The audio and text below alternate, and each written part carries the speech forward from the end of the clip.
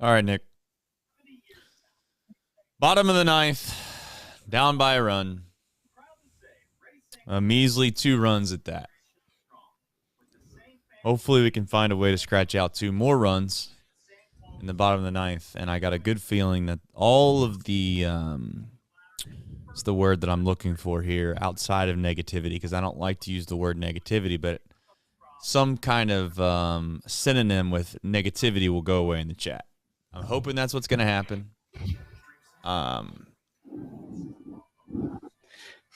made an executive decision just to not even open the chat tonight or Twitter all day. So that's fair. I'm just gonna roll without reading. Just try to enjoy while I can. I can't get this thing to work. Yeah, all right. I'm reading the chat. Listen, I understand people are frustrated, but the idea that this game's over is it's just not factually correct. I mean, there's no clock in baseball, so last time I checked, you have to get all the outs. And they haven't gotten all the outs. So until they get all the outs, I'm not going to say it's over.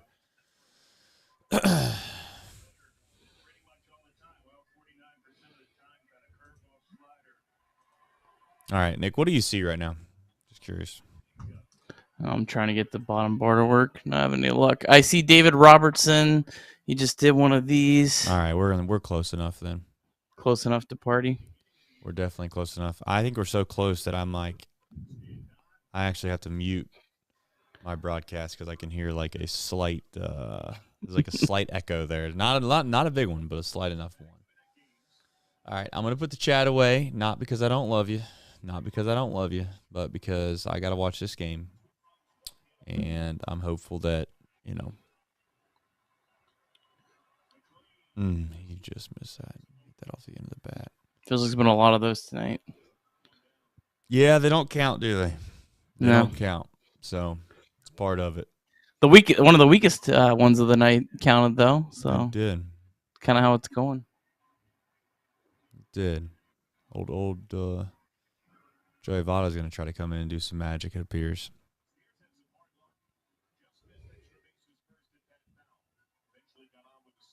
I think this is only Robertson's 3rd save opportunity with the Marlins.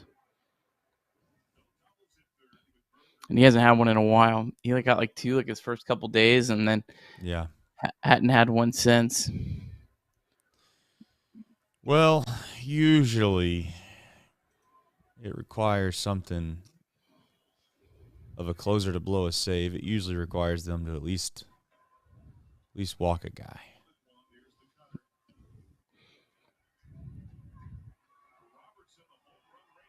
Although it's only a 1-run game. It ain't like you got to rally. I mean, literally broken bat single and one really good swing and the game's over.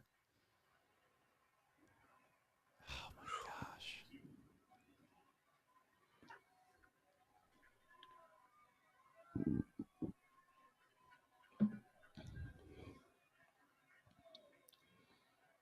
Man.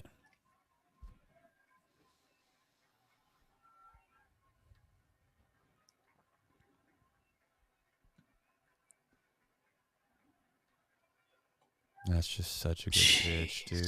I mean, how are you supposed to hit that? Yeah. Has he been calling that all night? I don't know. I mean, when you're around the zone a lot, that's part of it too.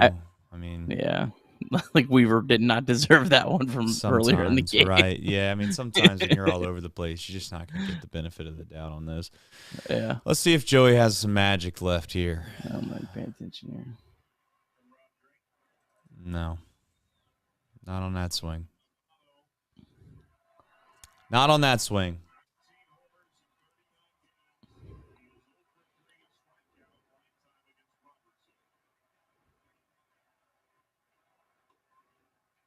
All right. Thought he was going to give him that one, too. I'm like, geez, Louise, man. Can we get a little bit of a break? Joey's talking to himself. What do you think he's saying? See ball, hit ball. No way he swung at that, right? Oh. Oh, Oh, come on. Oh, dude. We're swinging at balls that don't legit hit him. Yeah, he went. It hit him, man. It hit him. He swung at a slider that hit his foot, dude. Can we just spend the whole show talking about their ADT patches instead of the game? Wow. I know you got an opinion on that. Makes the Kroger ones look good, huh? Yeah, disgusting. I wonder if they could have made it any bigger.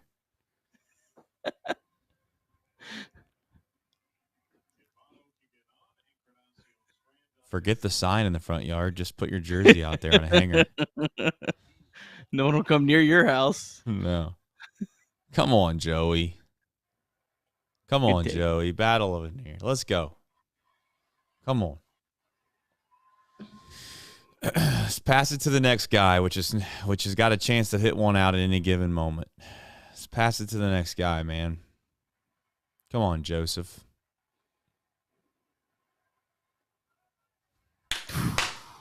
That was a good at. That was a really good at bat. Great at bat. Yeah, that was good stuff. Great at bat.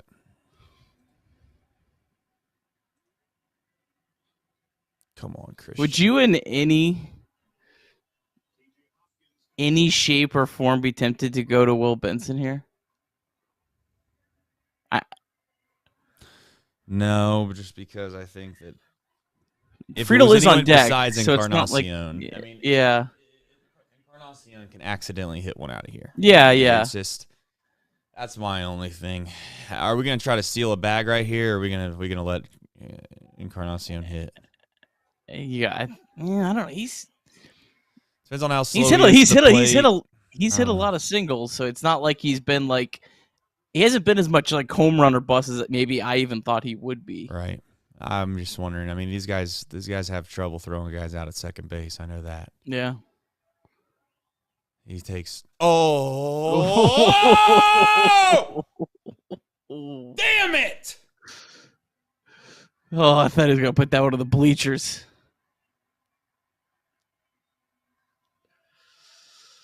Oh. Hopefully that wasn't the only mistake he sees. You got to try to steal second on 2 strikes, though. That's my opinion. They're not going to throw. I wouldn't think it, especially if it gets to 2 strikes. I'm saying you talking about trying to throw it at first? No, I don't even know if they'll try to throw him out at second. Oh, they'll definitely try to throw him out. You got nothing to lose. Yeah. Nothing to lose. We'll find out. I mean, I don't think they're going to try to steal, but David Robertson looks like he's slower than you know what to plate. I don't have a clock on him, but he looks slow. My eyes are telling me he's slow. Come on, Christian. Stay in the zone. Good job. Stay in the zone. Good take. I'm running right here, man. I'm also running because if he puts one in a gap, it gives us a chance to score for sure. Yeah. I know if he gets thrown out at second, everyone would kill David Bell, but I don't give a damn. Do it. Take the bag. Oh, my gosh. How many times is he? That's a mistake, man. These guys are young. I mean, it's just rookies, man. Like, he's nervous. Encarnacion Strand's nervous. I get it. I mean, if Encarnacion Strand's like 5th year in the big leagues right now, he's probably up there feeling great, but that's just not what it is. Taking strike 3, dude. All right, let's do a show.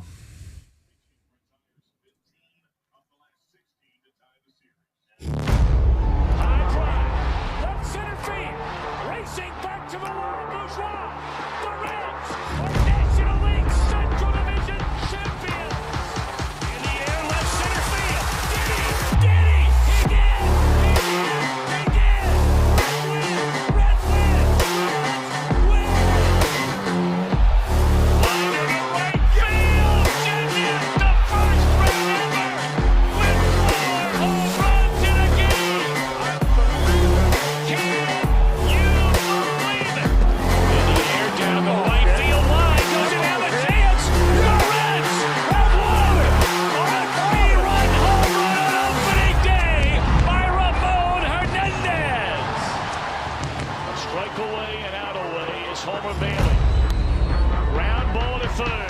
measured gloves, throw to first, and Homer Bailey, for the second time in his major league career, has tossed a no-hitter. Oh, gosh. Oh, are you kidding me? Holy Moses, the second player in major league history to hit 7 home runs in the first 10 games. In the air, and the Reds win. What a dream beginning to the career of Jay Bruce. All right. We do them after every game, which means that there's going to be games that are disappointing. This is one of them, and it's largely based off the fact, Nick, that you felt like this team played relatively well, except for one major part of what this team had done in the past well, which is score runs, manufacture runs, have depth in their lineup. They've gone cold. I think if there was one thing that you pointed the finger to, and maybe this is an obvious statement, but the one thing that has been lacking has been the play of Elly De La Cruz in regards to his efficiency at the plate since he came up, and the offense in general. It's not all Elly. I'm not trying to just say it's all Elly, but I think it does do one thing, in my opinion, Nick. It shows how valuable Elly can be if he plays well. I think that's probably the more appropriate way to say it. Yeah, I mean, I also think it wouldn't have probably mattered tonight, facing a lefty, but I think Jake Fraley's a really huge loss for this team too. Being out, I think he's just such a good hitter and makes this lineup so much longer. But yeah, I mean, Elly's the guy that makes it happen at the top of the order, and when he's not hitting, it's this team's just, Elly takes a team from here and makes them here, or exactly vice versa. Yeah, I mean, that's my main point. This isn't a slight on Elly by any means. I mean, if you think Elly De La Cruz is a disappointment or a bust, or you're whatever term you want to use right now with him, I would just tell you, like, you can't have it both ways, man. I mean, you can't expect this guy to play as well as he did when he first came up and give the energy and the life that this team needed when he first came up as a rookie all year long. I mean, and that's just, you could say whatever you want about it, but that's just unrealistic. And right now he's going through it. I don't even want to say he's going to figure it out. I don't think that's the right word to use. I don't think that's the right phrase to use. I think we hope that he finds a solution. We hope that there's something that triggers his mind or triggers kind of his approach at the plate that makes him a little more competitive. I think that's the term that I would come up with. I'd like to see him be a little more competitive at the plate and play loose and free again. It's almost like maybe the expectations did catch up with some of these young guys, and they started to feel themselves a little bit, and then they started to struggle, and then that kind of snowballed. But the beautiful thing is, if anything, is that if Elly does play to anywhere close to the potential that he has, and that's not a guarantee, but if he does play to the potential that he has, you've seen what he's done already. He elevates a team significantly. And then you add in, I think, Matt McLain too. I'm not leaving him out. I think that those two guys in and of themselves, I'm not saying they can carry a team completely, but they were the main ingredient as to why this team was playing at a high level offensively. And you sprinkle in other guys as well, but they're not playing well. And I think that's something to point out here before we start the show. We have obviously a full list of topics: Dreamweaver, Sims in the bullpen. I think that David Bell will probably be mentioned within that as well. I know obviously anytime the Reds lose and there's a pitching change in any capacity at all, David Bell is obviously going to be have his name brought up. The Reds offense, which we kind of just teased there at the beginning, and then some Reds MLB, obviously, and what the outlook looks like next. So, as we always do, Nick, we're consistent when it comes to this. We have a box score recap. For those that didn't watch the game, Nick will walk you through what that looked like and some of the highs, some of the lows, and maybe the biggest disappointment. All right, top of the second, Marlins got on the board against Luke Weaver, but it could have been a lot worse. Weaver was able to get Luis Ariz to ground out to strand the bases loaded. And in the bottom of the second, Reds responded. Spencer Steer singled. He made it a second on a fielder's choice, and then TJ Friedl stayed hot, doubling him home to tie the game at 1. Luke Weaver got into the fifth with only 1 run allowed, and then David Bell went to the bullpen. Sam Moll came in, and he got a double play to get out of the top of the fifth. In the bottom of the fifth, Stuart Fairchild hit a Little League home run. He hit the ball down the right field line. It was misplayed by the Marlins version of De La Cruz. The throw home was offline just a bit. Fairchild, for some reason, went home with no one out, and he was somehow able to avoid the tag. That made it 2-1 Reds. Then the top of the seventh, Buck Farmer got the first 2 outs, but then he hit the Marlins' worst hitter in the lineup, Nick Fortes. Lucas Sims came in, didn't make a terrible pitch, but Jorge Soler hit his 28th home run of the season. That put the Fish up 3-2, and the Marlins bullpen was outstanding. They retired 15 of the last 16 Reds, and the Reds fall 3-2. Rubber match tomorrow.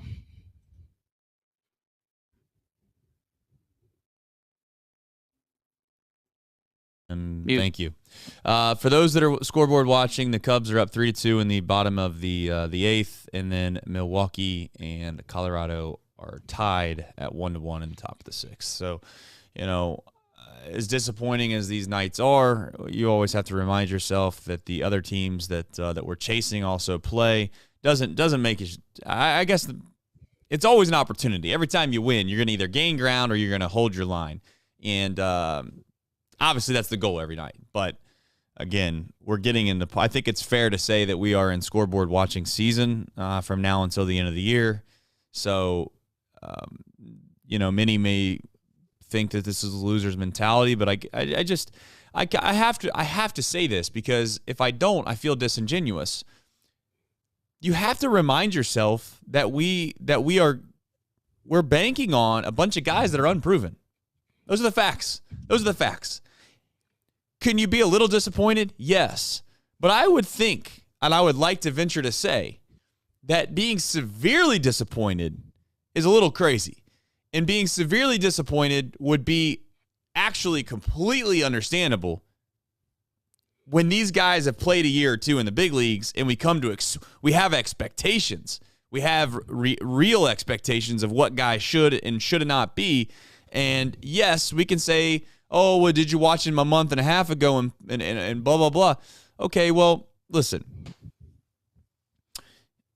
Again, maybe a bad analogy, but if you play golf and we go out and play golf together, and you shoot one of the best rounds you've ever shot in your life, and we go out to play golf again the next week, am I to expect for you to shoot the same exact round for the rest of your life? Probably not. At some point, you're gonna maybe fall back to the mean. And the main point I'm making is it's okay to be frustrated, but I see people like thinking that Ellie needs to go to AAA, and my main point to that is this: he has to get better here. He has to learn here. He's already proven that he can do whatever he wants at the AAA level for the most part. And I would also argue, I've said this before, Ellie provides so much on the opposite side of the ball, and also if he does get on, and he's not got on a lot lately, but if he does get on, he is elite in regards to stealing bags and basically giving us free 90 feet, free bases. So even a routine fielder's choice ground ball by Ellie De La Cruz might end up in a baseball game being the difference, because he steals second base and you score a run. So I get it. I'm not naive to it. I'm not suggesting, you should be happy about everything. That's not the case I'm making here. But I think that there needs to be a little rationality within the show and within the chat at times too. I'm not, let's get into it. Dreamweaver, people are going to think I'm crazy when I say this. I still think he can throw better. I still think he can throw better. He gave up 1 run through 5 innings, I think was the line. You might have it off the top right there in front of you. 4 1/3. 4 1/3. So not a great out. I mean, listen, what is it for Luke Weaver? Is it good? Yeah, it's good. Is it good though? No, it's not good. Okay, it's not great. But at the end of the day, you lose 3-2, man. You scored 2 runs. I don't want to jump down to the Reds offense, but I'm not going to sit here and bash Luke Weaver because he went 4 1/3 innings, gave up 1 run, had about 43 pitches going into the second inning. Made a good pitch, by the way, right? Made a good pitch, by the way, to a really good hitter in the second inning with the bases loaded. Got out of the inning. That was after, Nick, he could have folded because he gave up a weak single. I'm assuming they called that a single. Who knows with these scorekeepers anymore? But there was a little dribbler down to third base, and Senzel couldn't make the bare hand play. So, getting 4 outs in an inning in Major League Baseball is tough sometimes. So I give him credit for that. But at the end of it, a little bit of above average start at best. Yeah, I thought the first 2 innings he was really bad, especially in that second inning. He was just not attacking the hitters. It felt like he was pitching scared at times almost. Rightfully so, kind of. I mean, when you've had the season he has, I mean, I don't fault the guy for being a little hesitant, but it did feel like after he got through that second, like the third and fourth inning, he was really aggressive, did strike out 6 batters. And for Luke Weaver, I thought that was all you could ask. Connor Phillips didn't make it out of the second inning tonight for Louisville, so we talked about them last night, how I feel like the Reds, there might be something to them putting them on the same day. Well, Luke Weaver outpitched Connor Phillips in the big leagues. This is one day, but it happened tonight, so we'll kind of see how that goes going forward. I thought David Bell made the right decision pulling him early. I think it was a lot easier to pull him tonight than a lot of these other starts because, A, you have an extra reliever, and that extra reliever is a starter in Brett Kennedy. So you have a lot more flexibility with that, and the Reds have 3 off days in the next 10 days coming up. So I think part of the thought maybe was, hey, we're probably looking at getting 4 or 5 innings out of Luke Weaver. That might have been the mindset almost coming into this game. So yeah, look, if you would have gone into tonight and you said, hey, at the end of the day, the Reds are going to allow 3 runs, every single one of us would have signed up. Yep, that'll give us a chance. And the pitching did their job. The offense didn't. Yeah, it's really as simple as that. When you do 100 plus of these shows, right? You're on here after every game. There's times where as well as I do, that there's topics of conversation that you can spend some time discussing and have a relevant, reasonable conversation about it and have good points on both sides. At this point, there's not really a lot to be discussed in regards to what the Reds can do. The trade deadline is passed. They have who they have. And it's just a matter of making plays. It's a matter of guys playing well. You can crush David Bell all you want, but David Bell didn't go and hit at all tonight. He didn't go to the plate one time. And if you want to sit here and say, well, he should have kept Farmer in, he was rolling, or maybe you keep Mullen because he was throwing well, or at what point does that give? At what point does it give? Listen, I'm not a stand for David Bell. You know as well as I do. He Probably in there mumbling through the post-game press conference as we speak right now, and he's probably telling everybody, "Well, we're just going to go out there and play hard tomorrow, and we're going to treat every game the same. This isn't the same. It's the same 162. The first game's the same as the 162nd game." He might be doing that, but my main point to this is that players have to make plays. Matt McLean comes up with a guy on second and third with 2 outs. If he gets a hit right there, the game's different. He doesn't. If Ellie can get on base 1 time tonight, maybe he's able to score. If TJ Friedel doesn't steal third base on his own, by the way, right? On his own, by the way, and I'm not suggesting that it was a horrible decision. But to think that came from the dugout, I thought someone on Twitter suggested to me that might have came from the dugout. Listen, this is Major League Baseball. You are getting a steal sign at first base maybe 2 or 3 times a year. At most 2 or 3 times a year from the dugout. Outside of that, you either are told, hey, man, you got the green light all year long until I tell you you don't, or you got the red light and you ain't doing nothing until I tell you you do something. TJ Friedl has the green light. He got a back picked on second base. He was safe. Nick, in my mind, he thought to himself that, hey, there's no way in the world he's going to back pick twice right here in a row. I'm going to take off as soon as I think he's going to start to consider to go to the plate. And he got a good jump. The guy made a great throw. And you know what I would also say to TJ's defense? If that SOB throws the ball into left field and scores, every single one of you guys are telling me how great of a player TJ Friedl is. You can't sit here and kill a guy for making a decision on one end, but then on the other end, let the result dictate whether or not you think it's a good play or not. That's not how this game works. You kill a guy for the decision he makes, whether it's right or wrong, based off of the result should not matter. It's based off the decision that was made. Stuart Fairchild was a terrible decision, god-awful decision. And you know what? Not a single one of you want to talk about it. No one in the chat has said Stuart Fairchild rounding third base, stopping between third and home like a frozen deer, getting ready to get hit by a semi-truck, just standing there staring at the catcher, caught a break. So all I'm saying is that David Bell, okay, at the end of it, he can't make the plays for the guys. He can't. We need some of our starters, our stars, our offensive producers to step up and be somebody. That's what it takes. And I'm not trying to be a David Bell stan, but really, I'm going to try to bring some levity to this, some realistic things to discuss about David Bell. I'm tired of seeing a 3-2 baseball game, and the one thing that I see in the chat over and over and over and over again is that David Bell brought in a guy and he gives up a home run on a good pitch. It was a good pitch. Go look at it. It's not David Bell's fault that the guy hit a good pitch over the fence. Just the same as it's not David Bell's fault that we can't get a guy in from second base with 2 outs.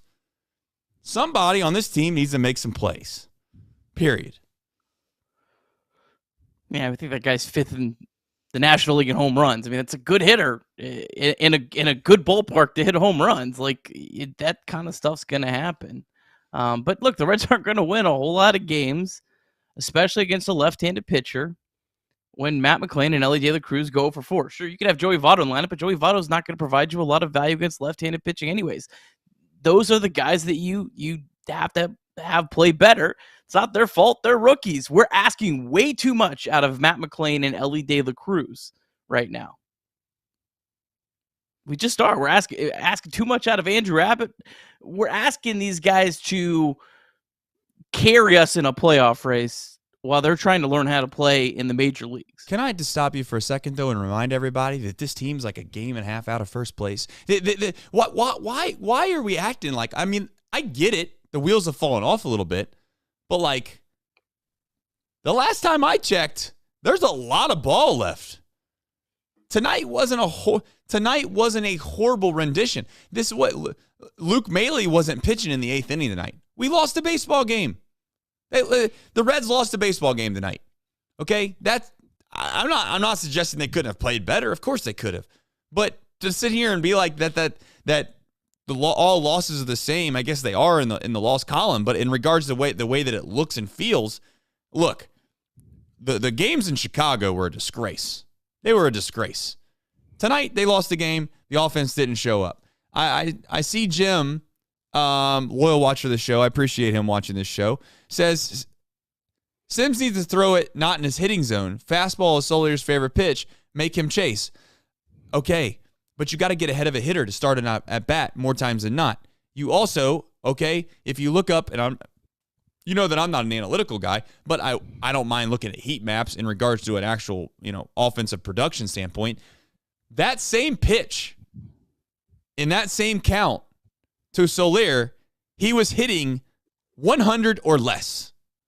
It's right on the fringe marker of him hitting .000, and if you've never looked at baseball stats before, that means he's never gotten a hit off that pitch in that count the entire year. I'll re-say that one more time to make sure everybody understands.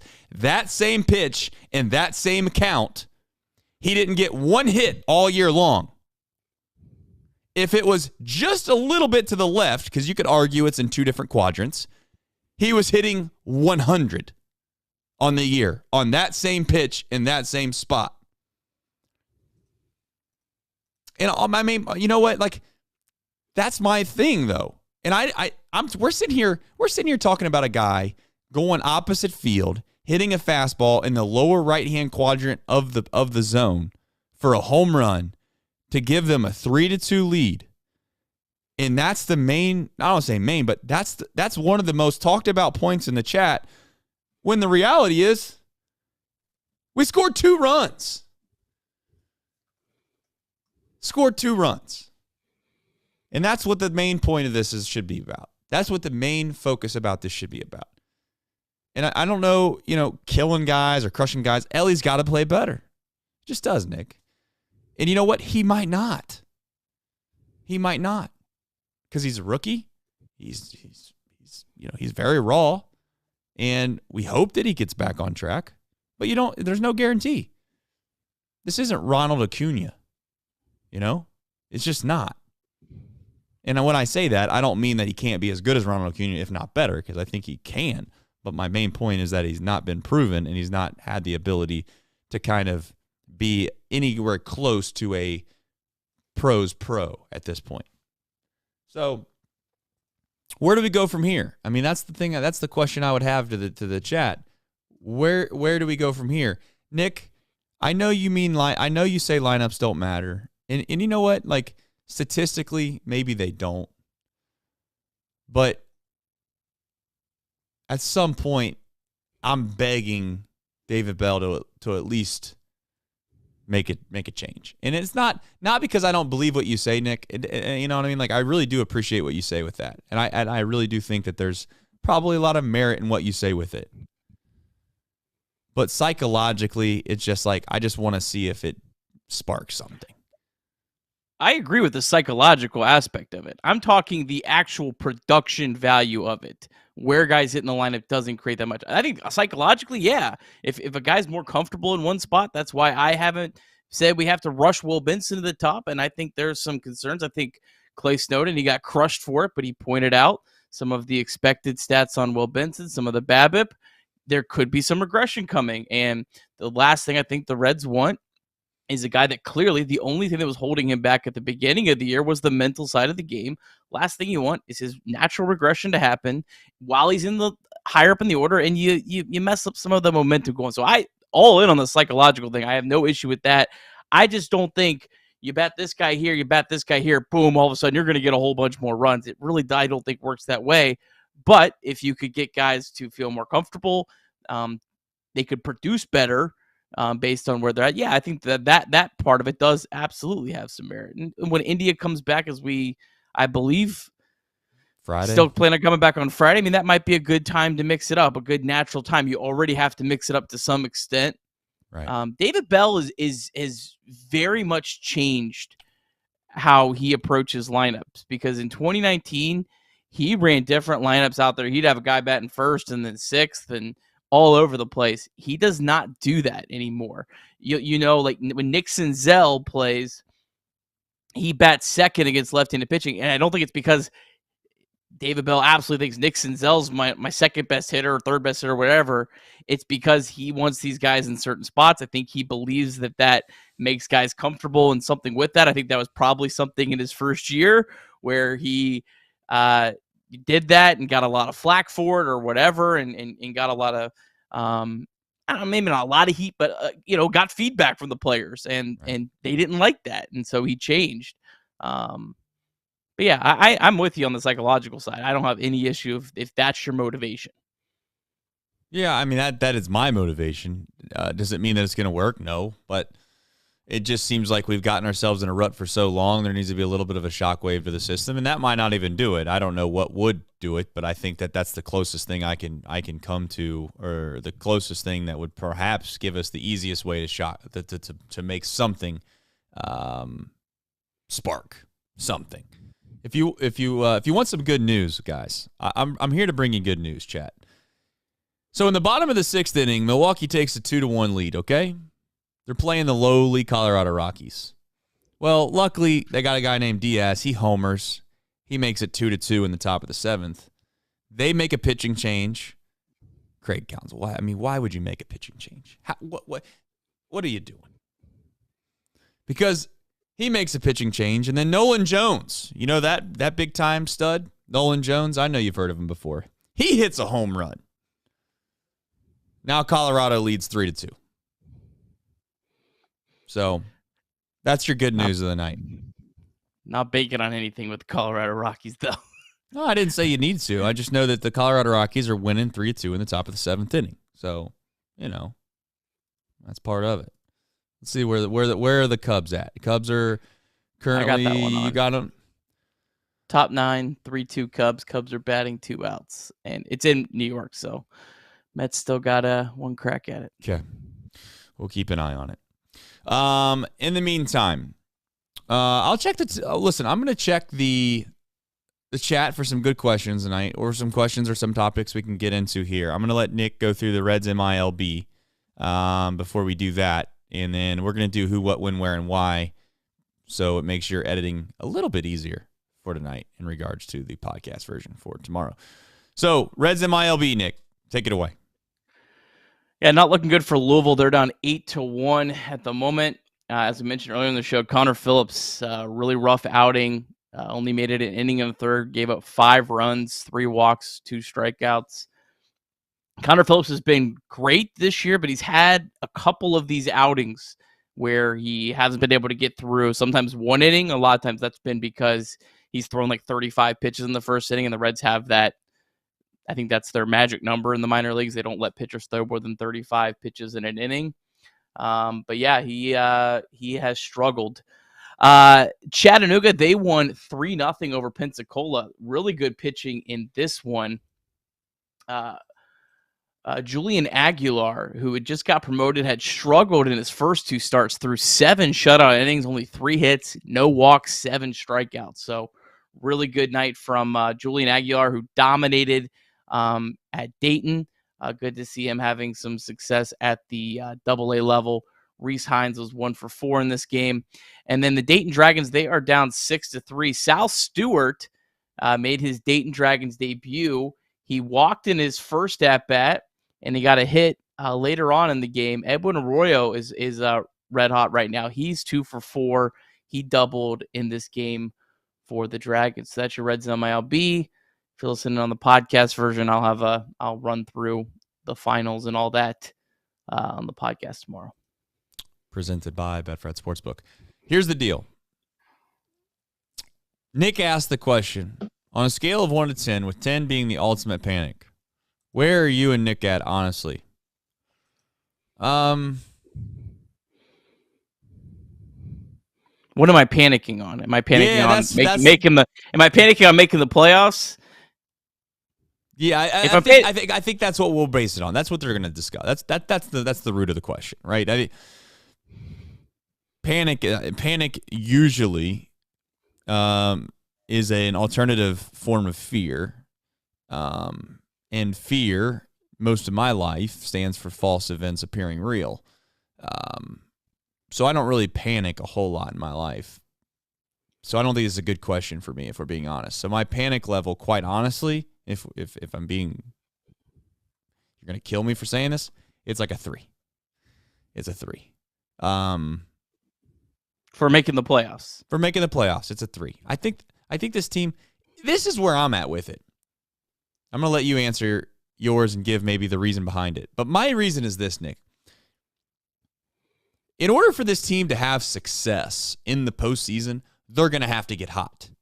They're going to have to play a little above their head. This isn't a team that I'm rolling into the postseason with, and I'm thinking to myself, we're gonna win just based off the fact that we're better than everybody. That's just wrong. That's wrong. Wrong. I don't believe that for a New York minute. But what I do believe is I think this team is a roller coaster. So my panic mode isn't very high, because if they do get hot, I'd like it to actually be, newsflash, not on August 8th. I'd like it to be towards the end of September. Now, does that mean that I don't want them to play decent baseball from now until towards the end of September? No. But the way this team has gone all year long, Nick, I guess I am. I'm not suggesting that I'm not all that upset that they're not playing well right now, because I think there's a small chance that maybe 30 days they'll be playing a lot differently. And the track record says they're going to be playing really good baseball. Might not work out that way, but that's how I feel about it. All right, so I'm going to have a much different answer. I mean, if we're talking make the playoffs, my panic, I'm probably like a 7 or an 8, because looking at the odds, it's 22.2%. I'll give the Reds maybe a little more credit than 22.2%, because Hunter Green, Nick Lodolo is kind of the equalizer there. Reds have a pretty favorable schedule, although the numbers do have that caked into them. So if we're talking making the playoffs, yeah, I'd say 7 or 8. But I think I probably would have bet about a 5 at the trade deadline. So I don't think I've gone that much further. If we're talking state of the franchise, 0. I have a 0 in the state of the franchise, because they've already overachieved in my mind. Crush me for it. They've already overachieved any expectations that I had going into this year.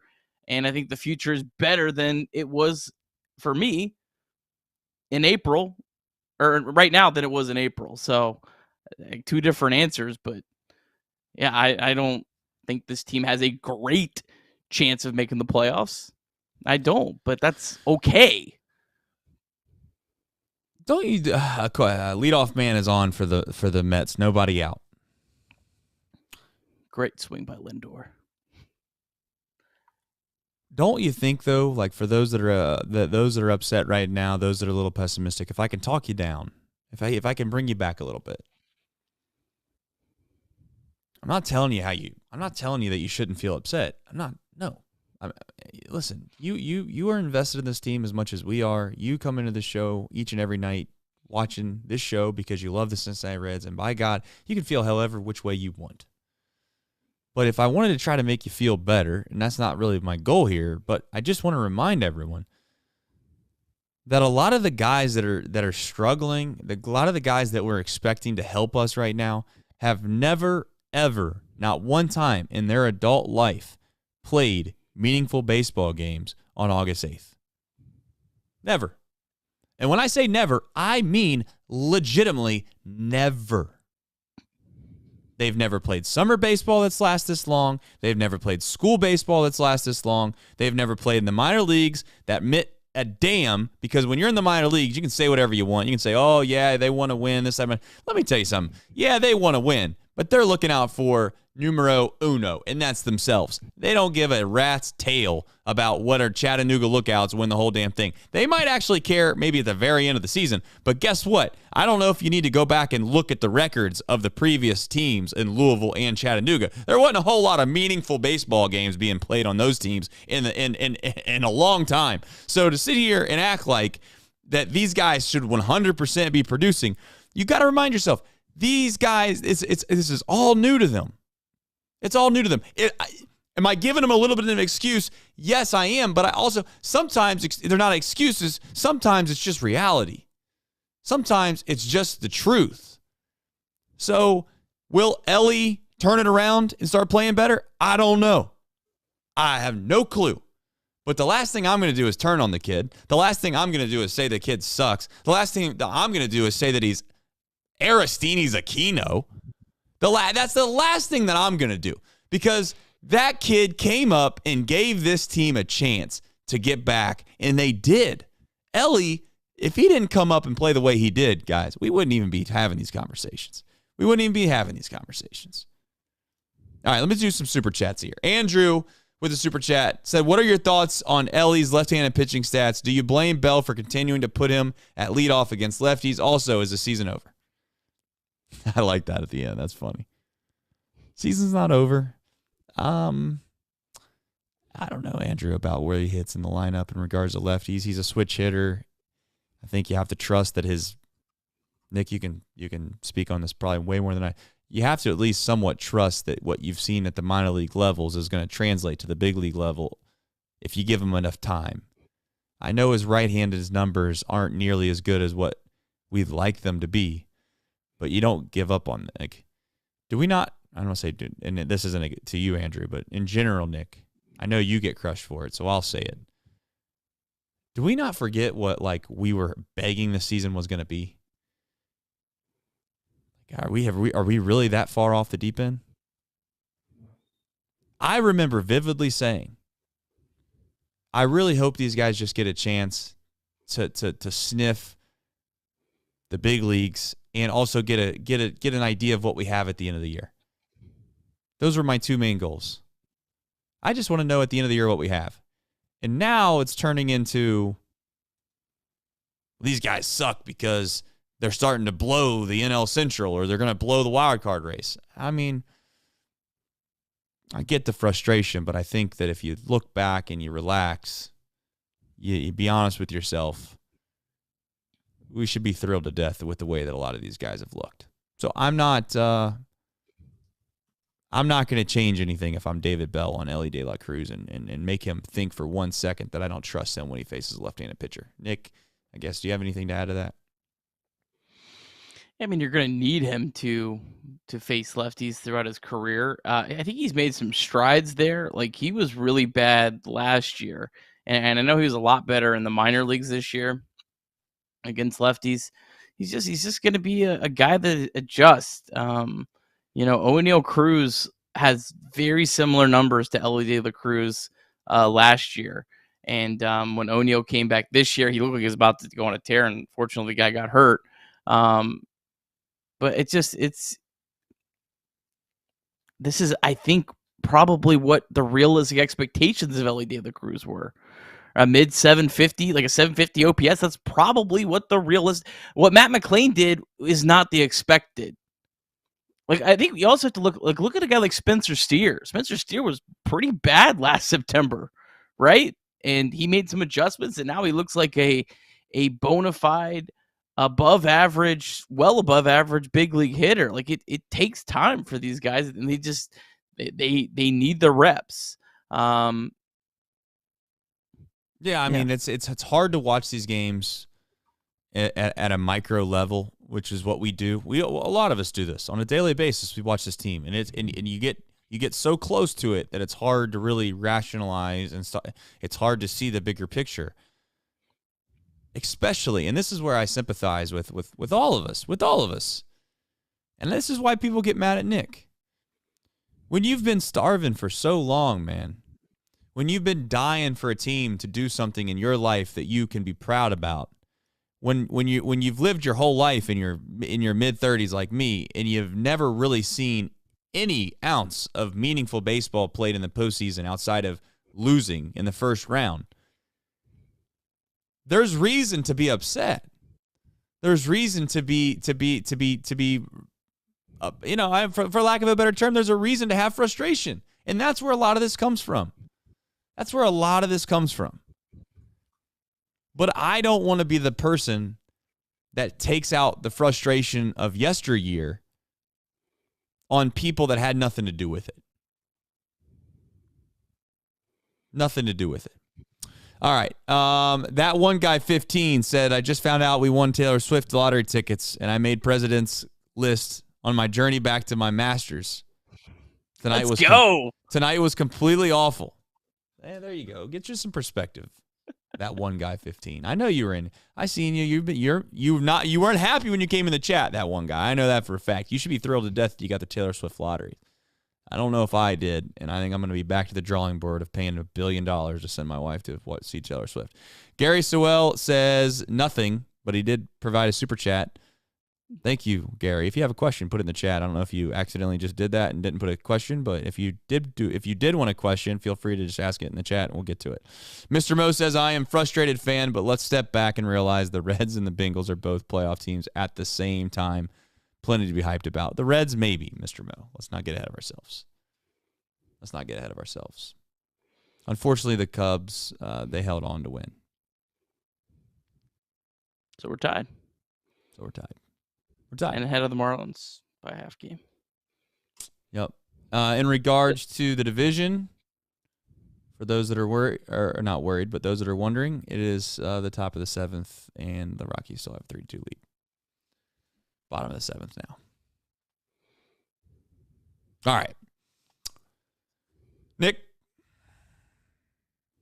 who, what, when, where, and why? All right. Reds Marlins 12:35 tomorrow. It's a fun matchup. Old friend Johnny Cueto against Graham Ashcraft. Cueto, he only made one start earlier in the year with the Marlins back on April 3rd. And then he went on the IL with right bicep tightness. Did not return until July 16th. So his overall numbers probably a little bit deceiving because in his 4 starts since coming back off the IL, he's actually got a 3.86 ERA, and he's gone at least 6 innings in each of his last 3 starts. Cueto is got a career 3.23 ERA in 5 starts against the Reds, but has not faced the Reds since 2021. Of course, Cueto, 9th all-time in Reds history in strikeouts. Cueto and Arroyo are the only Reds pitchers with 90-plus wins since Thom Browning. Joey Votto, 3 for 12 with a home run in his career against Cueto. Tyler Stevenson is 2 for 4. Will Benson actually faced Johnny Cueto. I guess that was in the American League last year when Cueto was on the White Sox and Benson was on the Guardians. Benson's 0 for 3. Graham Ashcraft going for the Reds. Last 7 starts has been outstanding. Got a 2.05 ERA. Does have a career 2.61 ERA in 3 starts against the Marlins. Earlier this year against the Marlins, 3 runs over 5 2/3 innings. Only downside on Ashcraft, he has struggled a little bit at home. He's got an ERA of 6.29 at home, 3.78 on the road. But Reds need a big start from Graham Ashcraft. This is a huge game, Trace, because obviously there's a half game difference between the Reds and the Marlins. They may not be the last 2 teams for the wild card race, but this would also, a win tomorrow would also guarantee the Reds have the tiebreaker. If not, they're going to end 3-3, and then they're going to go to whatever the hell the next tiebreaker is. I don't even know what it is. This is a big game for the Reds tomorrow for a multitude of reasons. Yeah, and usually the games where you have a homecoming and I know Cueto, maybe he's kind of accustomed to it by now, but usually it can go one of 2 ways sometimes with homecomings. It can kind of spiral out of control. Your emotions get the best of you. You don't have command and you're all over the place, or you got a killer mentality and you're lights out and you shove. We'll see what happens. Maybe it'll be in the middle, but I doubt it. I think it'll be one way or the other. So hopefully tomorrow Johnny Cueto just doesn't throw the ball well. No disrespect, but that's just the way I feel. All right, listen, it's been fun. The chat, I get it. I think for the most part, to be honest, when I read through this chat, we've got a lot of people in here that know that they pretty good baseball fans, pretty smart baseball fans, pretty rational, a good amount of rational people, a good amount of people that have great points. Steve Ross, excellent point, said the Reds are 33-23 when they called him up, and him being Ellie De La Cruz. Over the course of 162 games, that's 94, 95 wins. Yeah. I mean, a 12-game win streak helps, Steve, to be fair, to the other side of the crowd. But he was on the team when they won 12 straight, so that's part of it too. I think we all I don't know if it makes a difference. I really don't. But I always wondered or wanted, and maybe this is so far-fetched, everyone's going to laugh. This is maybe more far-fetched than anything I've ever said on this show. I've always felt like great fans, the difference between good fans and great fans is that great fans know when the team needs their support the most. And most of the time when the team needs their support the most, it's when things are going bad. It's when things aren't going the way that everybody had hoped for. It reminds me of there are certain crowds in big-time environments, in college basketball especially, where the team's playing at home and they're down by 12 and there's like 10 minutes left, and then all of a sudden, randomly, the entire crowd gets on their feet and they get loud and they try to provide some energy. I hope that's what this city becomes at some point. I know this city's been beaten down for years, and I understand it. I'm not naive to it. But I would hope at some point this city will be a city where when things start to go bad, it's not a city that piles on. It's a city that decides, you know what, we're going to rally around these guys and we're going to try to be the difference. We're as stupid as that sounds, we're going to try to be the ingredient that might get these guys to start playing a little bit better. And that's just providing energy, getting loud, being excited to go see them play. Go ahead, Nick. Yeah, one other point. I don't know how these off days are going to benefit this team or not, but they've only had one off day since the All-Star break. I think these guys are really tired right now. And they got 3 off days coming up. 3 out of the next 10 days, they'll have off days. Interested to see what that'll do. I'm not saying it's going to be a magic fix by any means because I don't know. But I don't think it could hurt anything right now. So that's something that I'm interested to see how they respond after, these off days coming up. Does that rejuvenate them? Does that kind of give them another, a second wind? And Right. especially then you're coming off these off days and then you're going to have Hunter Green back also. That could be a double boost. So I'm interested to see what that does. Who's the team that we think has the best chance to win the division? I mean, do you have that statistically? Do they have It's that? the Brewers. It's the Brewers. It's not even close. Okay. So if it's the Brewers, I'm going to look at one thing here before we jump off here. So we're talking about the Brewers and their schedule from here on out has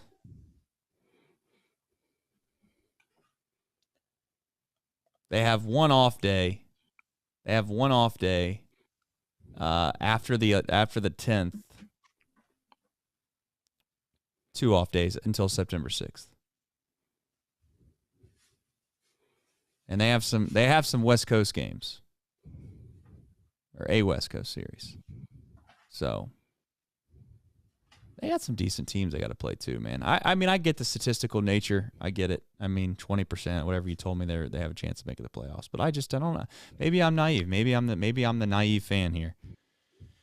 The Reds' higher odds are the wild card though right now. I know people hate the idea of the wild card. I would take whatever you can get. But I'll take whatever you get. I'm just saying, from a mindset perspective, it's like I'm not giving up on the division. I'm just because we've had a little bit of a rough spell, and I know you're not saying that. I guess my point when I say piss off on the wild card is like main focus is like let's win baseball games, let's go win the division. I know I'm not on the team; it should make a damn bit of difference. I'll take whatever the hell it takes. If they get in as a wild card, Nick, I'm not going to be crying about it. I'm just saying I don't think the Brewers are that great. I just don't. So I still believe that we can win the wild card. I think it's fun to scoreboard watch. I think it's fun to have something else like to be interested in. I think it makes baseball a lot more fun. Oh, no doubt. I think, going back to 2021, yeah, the Reds completely flopped at the end of the season, but man, it was really fun in August to be watching other teams, especially since, the one team the Reds were chasing was out in the West Coast and you could watch some of these games late. And I think that makes it's fun. So I enjoy it. I think it's fun, and we'll see what happens. Andrew said Cueto just promised to end our season tomorrow. Are you kidding me? I don't know if that's real, but if that's the case, that's kind of funny. I hope. You know what I kind of hope happens for this team? You ready for this one? I'm ready. I hope they get in a fight with Cueto. Not with Cueto. I didn't say with Cueto. We need to get. I want to see us get in a fight. He'll use his cleats. Yeah, he will. You better watch it. I'd like to see this team get in a fight. Let's get in a fight. Let's have a couple off days. Let's get in a fight. Let's spark some energy. Right. We need something, man. I'm telling you. Ooh, we need something. Maybe it's changing the lineup. Maybe it's somebody punching someone in the face. I don't know what it is, but somebody needs something. We'll figure it out. All right. Well, as always, here's the deal. We have other shows. The other shows obviously exist on this channel. One's Off the Bench. Tomorrow, Thom has been out for quite some time. We should have here relatively soon. Thom's been out with family. He should be back at some point here in the near future, we hope. And secondarily to that, we have Chatterbox Reds. It's a podcast. I know you've heard about it before. I don't know what we do here. I know likes is the main thing on the show. There's 140 plus people watching this right now, which is ridiculous because it's 10 o'clock after the Reds lose just a game that's a little gut wrenching. You can email me if you need to email me. You can send me a message on Twitter. You could put a comment in the YouTube section. I'll try to source through them. I need you to tell me what we need to do here. Then the lights go out. I'm going to do this in the dark. I need you to tell me what we're going to do to get back on track. We need something, guys. We're not going to sit around on our hands and beg for the Reds to get back to it. We're going to figure it out ourselves. Some people might make fun of that. Oh, you're not on the team. I get it. Yeah, it is stupid. It's stupid. I'm not going to say it's not dumb. Okay? Kids show. I would say it's other things, but it's a kids show. What the hell is going on? Dude. My point is I need you to come up with a plan. You tell me what I got to do to get the Reds a win. I don't know what it is, but I got to find a way. We got to find a way. Let's rally around together. You tell me what it takes. All right. There's an outro that I'm going to play. And like I said before, one day I'm going to actually get something I can hit, and it just automatically starts doing this stuff.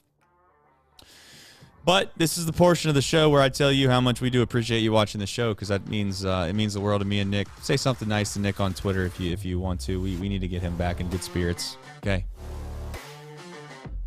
Nick has haters out. They're out because they're mad at him. They're mad at him. For just displaying facts, though, I do want to lay it out straight. For somebody that is we're almost like brothers in a way where I'm allowed to call Nick an idiot. I don't know if you are, though. You know what I'm saying? That's how this works. I'm allowed to call Nick an idiot. I don't know if you are.